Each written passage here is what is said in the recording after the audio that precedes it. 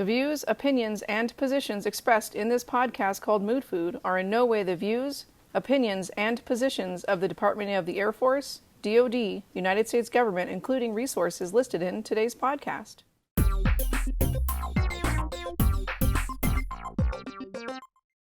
Hello there, everyone. I'm your host for Mood Food, Jason Gordon. Thank you for taking time on Wednesday. We made it. We are midway through the week now, and I think we're going to do a great job at just coasting on into the weekend, and hopefully some positivity from today's podcast will help you out. Now, a little self-disclosure. I'm human, if you haven't realized that already. So today was a less than desirable day, and I really needed to go back and review some of the coping skills that I've been sharing with you guys and gals out there that may, have these situations that come up and they kind of broadside you a little bit.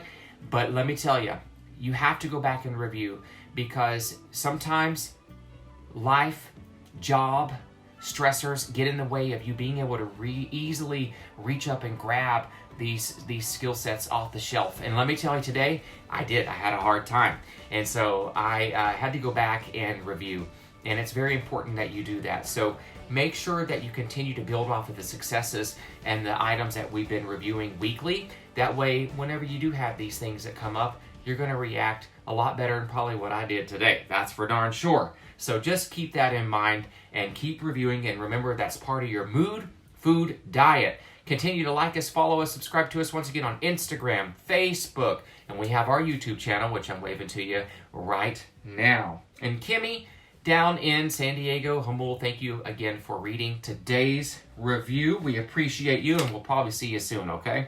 We'll probably see you soon. We'll have to go out, eat some good food. It'll be a good time.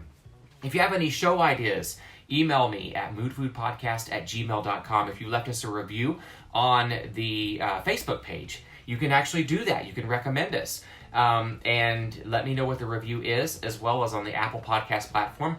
And I'd be more than happy to send to you some little free stuff here that we've ordered, just as a token of appreciation. Now, I do have limited supply, so just make sure that you, if you have left us a review, you let me know what that review is and your address, so I can send you that stuff that the things that we've ordered. And Othel's actually gonna pop a picture up here right now, so you can see exactly what I'm talking about. Just a few little things to tell you we appreciate you out there. Ever since we really hit the Amazon Music platform, our downloads have really skyrocketed as well. I'm very thankful, because all of you out there have made this podcast possible. We're here for you at the end of each day.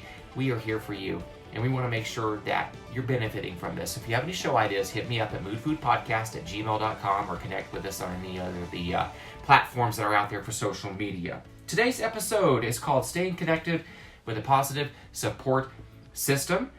And this is a very important one, because during these hard times, it is very hard to reach out to people and ask for help, especially if you're embarrassed about something, or if something has happened pretty adverse in your life and you don't want people to know your business. It's okay, they don't know the details, but I think it's important that you realize that you don't need to go through any of these situations alone. You don't have to. You don't have to. It's just a matter of connecting with those positive resources out there. That way you can get all the help that you need, and it'll be coming from a good place, and then you'll feel better about the situation because you're not alone. So, how to stay connected with those positive resources that are out there? Well, let me tell you, research has proven time and time again that as long as you are socially connected within a positive support system, you live longer. You have a happier, healthier life. It's kind of a no-brainer, right? But it's when you start to withdraw from society and you withdraw from your friends and family and you start trying to handle things internally, it can really beat you up. It can drag you down. It can really make you feel like you're alone and not wanted, appreciated, or not supported. That is a mind trap, and you don't want to get caught up in that. It's just a negative mind trap, and you need to make sure that you continue to incorporate those positive folks in your life so that when you do have these moments happen, that you are going to be supported. So, if you don't have anybody, I encourage you to make some concrete, positive connections with people. And I'm going to teach you here, or give you some ideas, rather, to do that, on how to do that. So you want to create those connections. You want to create those connections with maybe your church folks that you go to church with, your work, people that you can trust, and relatives that you may not have talked to in a while. Just keep those connections and try to make them. That will offer some emotional support. Or if you're having a difficult time coping with a difficult situation, you may want to inquire about seeing a licensed therapist, provider, to help you get through those rough times as well. And remember, they're not your friend. They're there to guide you and to empower you and strengthen you and encourage you that this too shall pass, that you're going to make it, and you're going to make it real good. And that's what the purpose is, to process that stuff, to fine-tooth comb it and comb out those stuck areas that otherwise hold you captive and keep you in those mind traps and that nasty thinking. Make sure that you stay connected with that. All right, and also, when you connect with others, you're going to see a different perspective. You're going to see your situation from a different perspective, and that helps to hear it. Now, a lot of people are just good at giving advice. A lot of people are just good at telling you what you should do, but they're not walking in the shoes that you're walking in. They're not living the life that you're living. And so, when people do that, you can kindly just say, I appreciate the support, but what other items could you kind of offer support on or advice? And get their perspective and respect it. And then also make sure that you have someone in your life that can definitely validate you, but not enable you, right? You want to be understood and validated for the issues and concerns that you may have about a certain situation or how you're feeling, but you don't want someone to enable you and keep you in that mind trap, and also continue to make you kind of feel like you're codependent on them. You need to be able to be self-reliant, self-sufficient. And so if they're telling you what you want to hear, not what you need to hear, that's going to be a recipe for disaster. And let me tell you, there's a lot of things in life I don't want to hear, and it hurts and it cuts deep, but I have to take it, because if I don't, I'm not going to grow from it. And I need to hear it, because hearing what I want to hear, I might as well just, not even inquire to anyone if I need advice or assistance in any way, shape, or form. I might as well just try to solve the problem on my own. You don't want that happening, because let me tell you, I've tried that. It did not work. And so make sure that you try to make those concrete connections with positive people. And that way, too, when you are validated, it makes you know that it lets you know that you're not alone, that there's a community to support you. And a lot of times, if you have a hard time connecting with people, start with the common ground type things. Okay, what kind of book do you like? What kind of movies do you like? What types of things do you like to do so far as hobbies? Do you have any pets?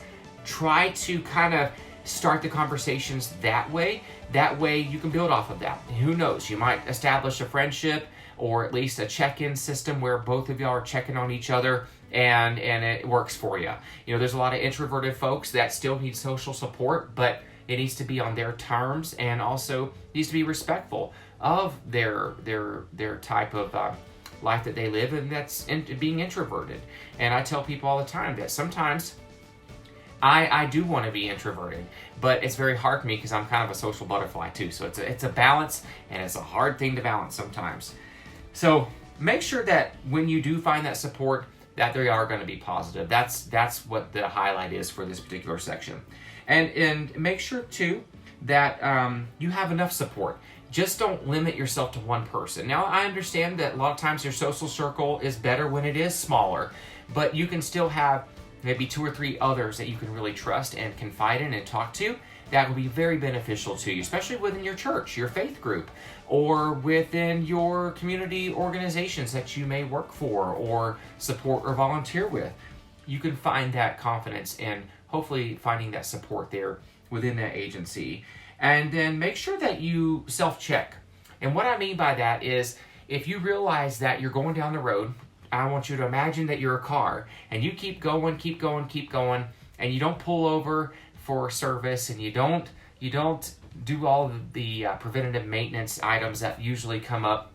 If you don't do that stuff for yourself, and involve other people to help you with that, then your engine's going to blow up. You have to imagine yourself as a car. You do have to pull over and service and make sure that you are doing these systems checks from head to toe.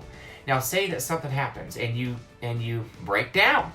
All right, call roadside assistance And what I mean by that is call someone that you love, that you trust, that you know is going to respond to that call. Not only tow you or bring you in somewhere that they know that you're going to be helped, but also know that they may offer some things to help as well. Maybe it's your battery died or something, and you just need your battery jumped off or something. I don't know. I'm just using these weird analogies, and forgive me for that. But I'm just trying to get you to think in different perspectives and different ways of looking at yourself whenever, and know that you don't have to go through those things alone. You don't have to go through these things alone. I know for me, roadside assistance, I need it because you don't want me tinkering around under a hood of a car. And so I know for me personally, I need it. So I always make sure people know what I'm thinking so that I get some of those negative things out, and I'm not going to ruminate on it. I'm going to have it serviced right then and there. And when I get the bill paid in full, okay, let's keep heading down the road. Sorry about got a little sidetracked there. But the main thing is just make sure you have enough support. And make sure that you feel comfortable talking and calling those people that you may have with within your social circle or your support system. Feel comfortable talking to them. You want to be around the folks that are most supportive. And give a sense of trust. Whenever you know you're telling them something, make sure that you have that confidence and that you trust them, that they're going to keep it within this small group or within themselves. You know, you don't want to be telling someone and then they go on the telephone and then it's just gossip central. You don't want to do that because you put yourself up, it makes everyone know your business, and it's just not a good recipe. And then so you want to also be realistic. Don't try to throw all your problems on someone that you know may not be able to handle it. So make sure that you dial that back some, tell them the need to know stuff, and then see what they offer. And if not, definitely embed yourself or get out there and try to have a provider to help you get through that difficult time. Because compassion fatigue can set in, even with those folks, your friends, family, coworkers, whatever, they're going to be less and less compassionate if all you do is come to them and you're talking negative and you're not doing anything to move past that, and maybe you're not taking their advice, maybe you're not doing what they think you should do, which just put some boundaries in place, and you'll know, and you'll be able to read the room who's getting exhausted trying to work with you. And that means, hey, just go to a third party, use them as someone for support, but not someone that's going to take on all your problems. That's a recipe for disaster, and then they won't even answer the phone if you call them in a time of need, because they'll be like, oh my gosh, what is it now? So yeah, just dial it back some, put some boundaries in place, and make sure you can call someone that you can trust, that's going to be supportive and know their limits. If they say, okay, time out, I don't want to talk about this anymore, then I would suggest you looking for a therapist. And then also, you want to be around someone that's going to make you feel valued and loved and cherished, and take your concerns seriously, but also offer some realistic help and suggestions that otherwise, could keep you pretty cramped and not offer any solutions, not solution focused. And you don't need that. You need more than that. You definitely need more positivity. Making friends. You might want to enroll in something like a group within your community. And I know right now it's a little bit difficult to do that because of COVID-19, but you can still stay interconnected. A lot of people do online gaming. They stay connected that way. They'll do the virtual meetings and everything through Zoom or through Facebook Messenger. They stay connected and they keep that communication and dialogue going. And so that might mean you're enrolling in a class, and you might be joining a book club at work or some sort of organization that's at work, but you meet outside of work. But make sure that you do something that's going to benefit you. It might be a hiking club where you can get out and get active and get your exercise. Just make sure that it's something that's going to benefit you and it's not going to enable you or make your symptoms worse. And reach out a lot. Stay connected with people. Volunteer. Just get out of the four walls of your house and make it happen for yourself. Be involved with positive resources and people within your community. But you may want to call them first to see what the protocols are and everything for COVID. But at least you're arranging that type of communication with the agencies, and that you are trying to establish some new support systems that are in the community. And when you do that, you want to continue to nourish and water and strengthen the relationships that you have with people. And that means you can make a list of people you want to contact regularly on a daily basis or a weekly basis or a monthly basis. That way you keep those communication lines open. And when they don't hear from you, they're going to pick up, hey, there's something wrong. So you'll probably get a phone call from them. But it establishes a consistent relationship, consistent check-ins, a consistent person that you can count on and to hold you accountable and to hopefully help you stay positive.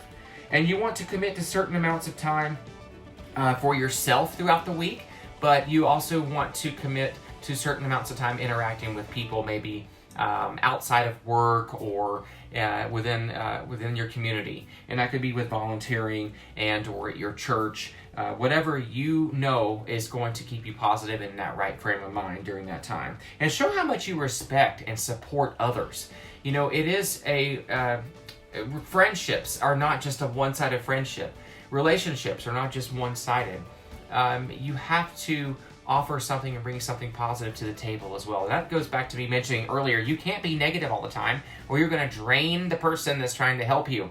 And they're not going to answer their phone because they're going to be like, oh my gosh, you know, I can't take it anymore. I need to be around someone who's positive. So make sure you try to make sure you respect people and their boundaries and their privacy as well. And set some limits, and just let your voice be heard to those that are going to provide a lending ear. And if you are in a relationship or you feel that relationship or friendship is just going south and it's as toxic or is becoming as toxic as a nuclear power plant, then you might want to reconsider things. You might want to venture out and see what other organizations that you can join and try to find some reliable friends and family that's really going to go to bat for you when you need it the most.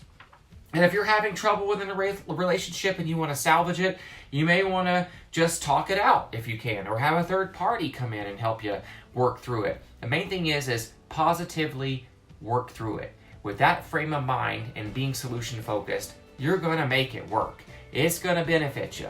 You just need to take the time and put in the energy to make it work for yourself. Stay constructive. Don't be critical. Don't be yelling at people. Don't be pointing fingers or pointing the blame. Focus on this relationship or friendship from a strengths base. Look at each other's strengths and what you bring to the table and just talk it out. And like I said, if you needed someone for third party intervention, it might be in your own marriage or it might be your friendship or your dating life. You want to make sure that you go to a higher level of care and see if you can get involved with a therapist and they can help you kind of work some of those things out. And don't blame, once again, don't blame, and try to forgive yourself if you've said a few things and you've done a few things that just weren't cogent, kosher, however you want to put it. All right? I just want to make sure that everyone kind of, knows that you have some support out there. You just have to have the energy and the momentum and the support, motivation to get support, I should say. All right, and make sure that you stay around good people and make those relationships lasting, because you never know when you're going to need them, right? You just never know. So that's going to do it for today's episode, and then Othel's going to read the review, and when he finishes up, we'll come back and I'll read you a couple of quotes. So Othel, please, without further ado, please read today's review. Today, I'm going to be reading a review posted by Suri, and it states, "Delicious. Mood food is definitely healthy consumption. Not only does Jason do a good job of sharing positive insights, but he backs it up with research, practical examples, and on occasion moderates excellent discussions with his guests. Jason and his podcast are a ray of sunshine to get my day started, refocus on positivity at the end of a challenging day, or any time in between. Thank you for sharing your expertise and insights with us. I always look forward to the next serving of Mood Food."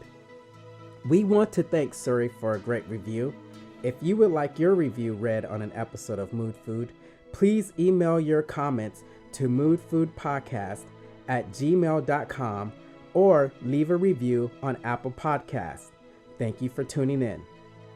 Thank you, Othel, for taking time to, he's really good to read these reviews. I rely on him so much. He does all the editing, and this show would not be possible without him. He has all the technical expertise, and Lord knows my technical expertise is talking, and I have a hard time even with that. So thank you so much for reading today's review and doing all the editing, Othel. I appreciate it so much.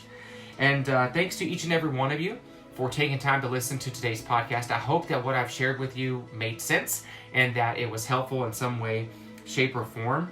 And continue to like us, subscribe to us, follow us, and give us those stars and those reviews. They do mean a lot, and they allow us to be in lineups with certain providers and that are out there pushing out the podcast. And like I said, I thank all of you for making it possible for us to be so successful. Keep letting us hear from you. Keep sending those emails. Keep sending those messages on Facebook. Keep liking us, and we appreciate that. So today, I'm going to leave you with a couple of quotes here. And this first one is an unknown author, and it says, "Don't ignore the effort of someone who tries to stay in touch. It's not all the time someone cares." And the next one is, "Only through connectedness to others can we really know and enhance the self. And only through working on the self can we begin to enhance our connectedness to others." That was by Harriet Goldor Lerner. And that's going to do it for us today, folks. I hope each and every one of you have a great rest of your Wednesday. We made it. We will talk to you next week.